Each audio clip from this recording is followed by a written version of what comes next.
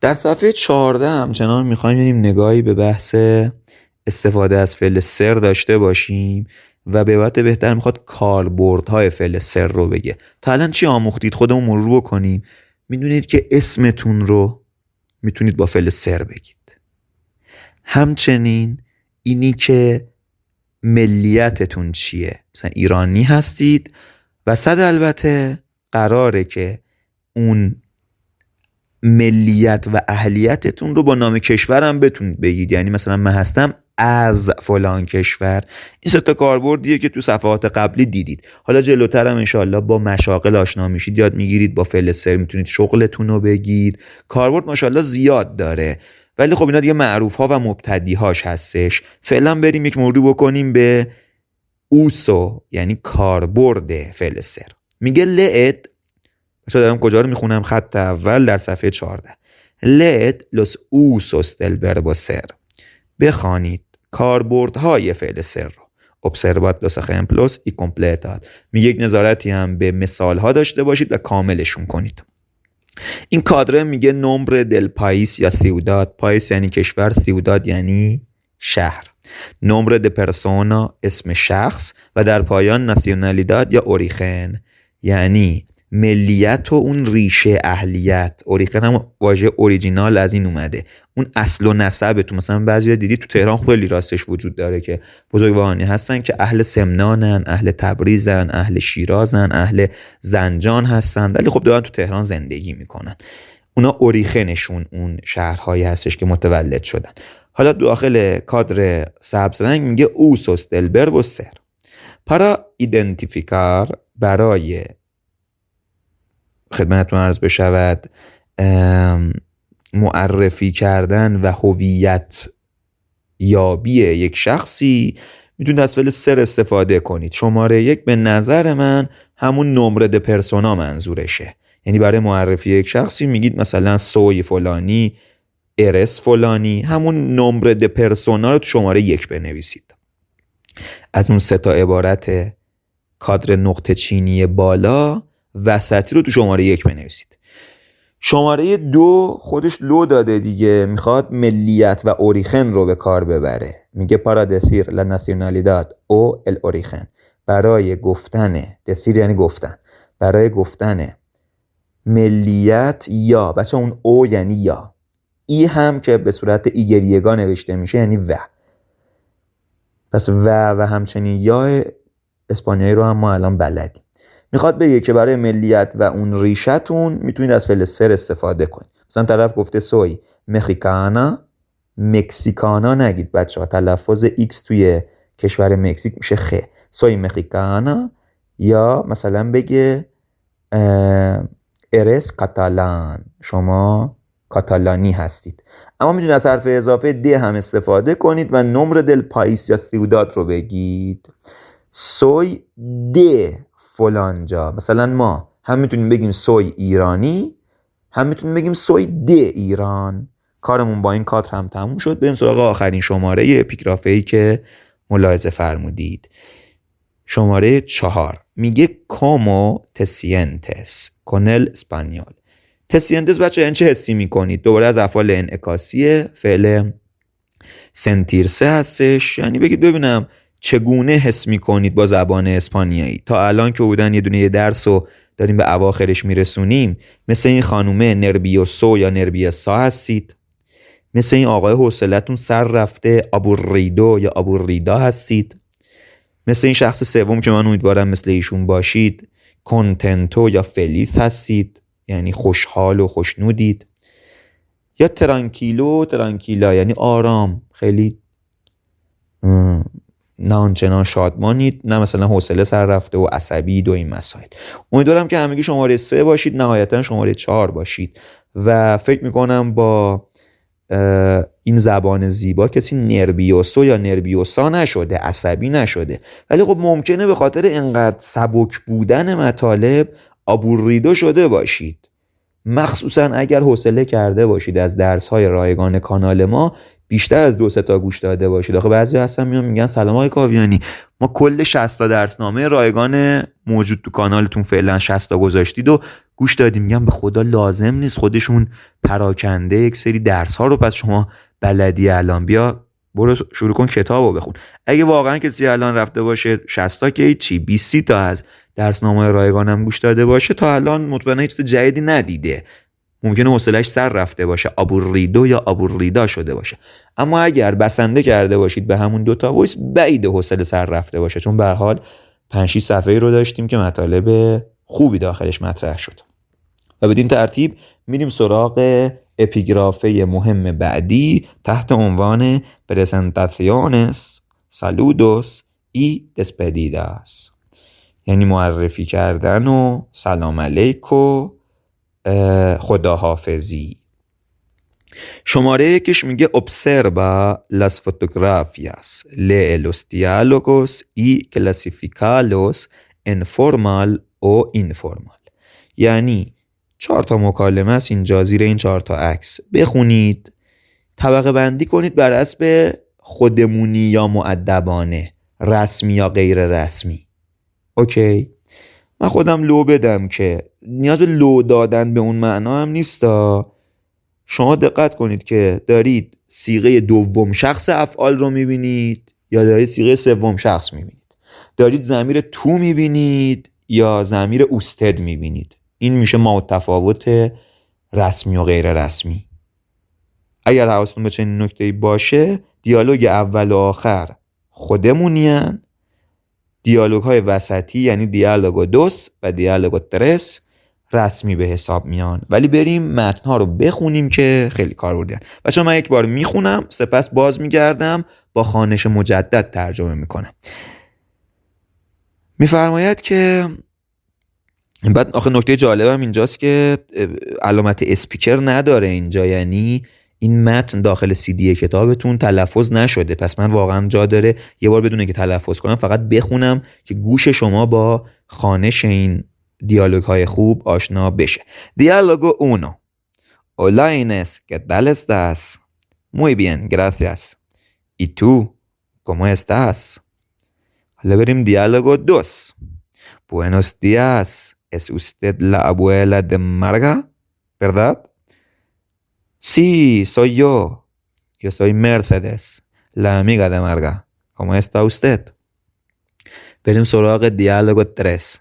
Mira, estos son la señora García y el señor Balbuena, los directores de la escuela de idiomas. Miren, les presento a Claudia. Estudia inglés en la escuela. Hola, buenas tardes, mucho gusto. ¿Cómo están? Vamos a diálogo 4. Hola chicos, ¿qué tal? Hola, muy bien. ¿Y vosotros? برمیگردیم سراغ دیالوگ اول و ترجمه میکنیم. دیالوگ 1. مکالمه نخست. Hola Inés. سلام اینس. کتال، کتال خالی یعنی چطوری، کتال استاس هم دیگه تاکید میکنه یعنی تو چطوری، خوبی؟ و جواب میده muy bien، خیلی خوب. gracias، متشکرم. y tú، و تو چی؟ como estás. بچه پس برای چطوری که صرف فعلش معلوم باشه به موازات کتال که به همه میتونی بگی کتال، میتونی بپرسی چطور هستید یا هستی تو. como estás. آیا کاویانی بودن رو که تا اینجا داریم هی صرف میکنیم میگی ارس یعنی تو هستی، این استاس چیه؟ بچه 2 تا فعل بودن توی زبان اسپانیایی داریم که اصلا و ابدا نباید ذهنتون درگیر بکنید که آقا چه موقع این چه موقع اون. یه قاعده خیلی کلی داره که تا اطلاع ثانوی یعنی مثلا تا سطوح پیشرفته همون کارتون رو راه میندازه. بچه‌ها بودن‌های دائمتون با فعل سر یعنی بودن سوی، ارس، اس، سوموس، سویس و سون بیان میشه. بودن دائم یعنی چی؟ مثل اسمتون، مثل ایرانی بودن. اگه اسمتون فرهاده خب حالت عادی تا ابد اسم آدم فرهاد میمونه. ایرانی بودنش همینطور. نمیدونم یک سری مشخصات شما مثل بعضی صفاتتون، مثلا کسی که قد بلنده اینجوری نیست هفته دیگه قد کوتاه بشه. درست شد؟ حالا چرا من تفره رفتم از این که خیلی بخوام به این نکته چیز بکنم، اصطلاحاً مته به خشخاش بذارم؟ چون همه این مثالایی که من زدم اگر دقت بکنید میشه به صورت نسبی باهاش برخورد کرد و بیای بگی که خب قابل تغییر هستش، من میتونم فردا برم تو شناسنامه اسممو عوض کنم.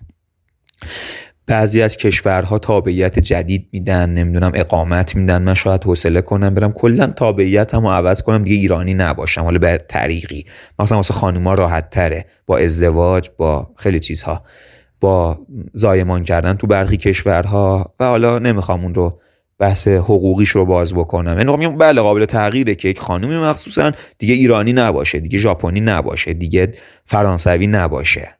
درست شد؟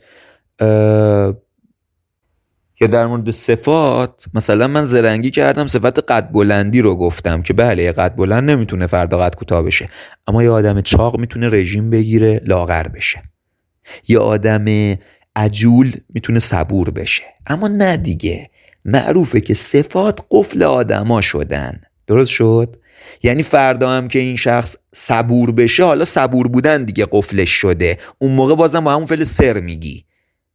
الان که عجوله از نظر ما، نمیخوام فلسفیش کنم، این دیگه چسبیده شده به آدم ها. به همین خاطر شما از این پس یه دوراهی درست بکنید.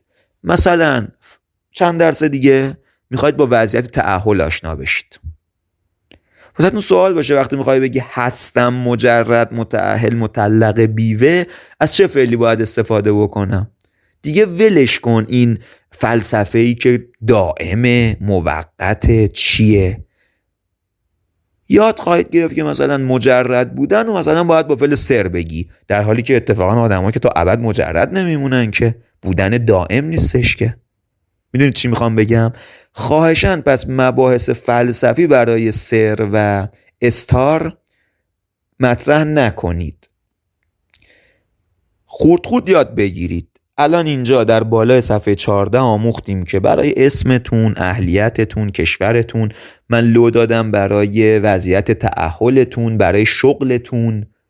ببینید هر شغلی آدم ممکنه شغلشو عوض کنه، مخصوصا تو جامعه متاسفانه مثل کشور ما که امنیت شغلی وجود نداره و شغلها استیبل نیستن. میشه گفت چرا فعل سر، اما فلسفه پشتش تایید میکنه که خب الان یه آدم مثلا مشغول به این شغل دیگه، قفل این آدم شده، نصب شده روی این آدم. حالا متضادش و بچه جمله معروف عربی هست میگه تعرف الاشیاء باضدادها. الان ضدشو بگم میگید آها خداییش حق دارن که اونا رو با سر بگن.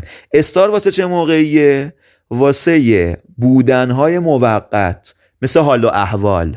ببینید ما آرزو میکنیم ان شاءالله همیشه حال شما خوب باشه، ولی قبول کنید وقتی میگید که استوی بین، استوی صیغه اوله فعل استار هستش، این فردا ممکنه حالت میزون نباشه، مود آدم عوض بشه، یا برعکسش خدای نکرده مریض باشی، تا ابد که قرار نیست مریض باشی. باز دوباره نیاد فلسفی برخورد کنید بگید اینایی که دور از جونشون مریضیایی میگیرن دیگه اواخر عمرشون خانه نشین میشن، اصلا خانه که هیچی، رو تخت همیشه باید دراز بکشن و اینا، اصطلاحاً زمین گیر میشن، اونا دیگه دائما. نه بچه ها، ماهیت بیماری اینه که انشالله 2-3 روز، یه هفته، چه میدونم کرونا هم گرفته باشه شخص، میشه 2 هفته 14 روز پروندهش بسته میشه، موقته. خلاصه دیگه نیاد از اینا بگید ای بابا آدمایی بودن کرونا گرفتن تا آخر عمرشون کرونا رو داشتن مردن، پس اونا رو باید با سر بگیم. نه دیگه، دامنه ی حال و احوال و بیماری و اینا با فعل استار هستش.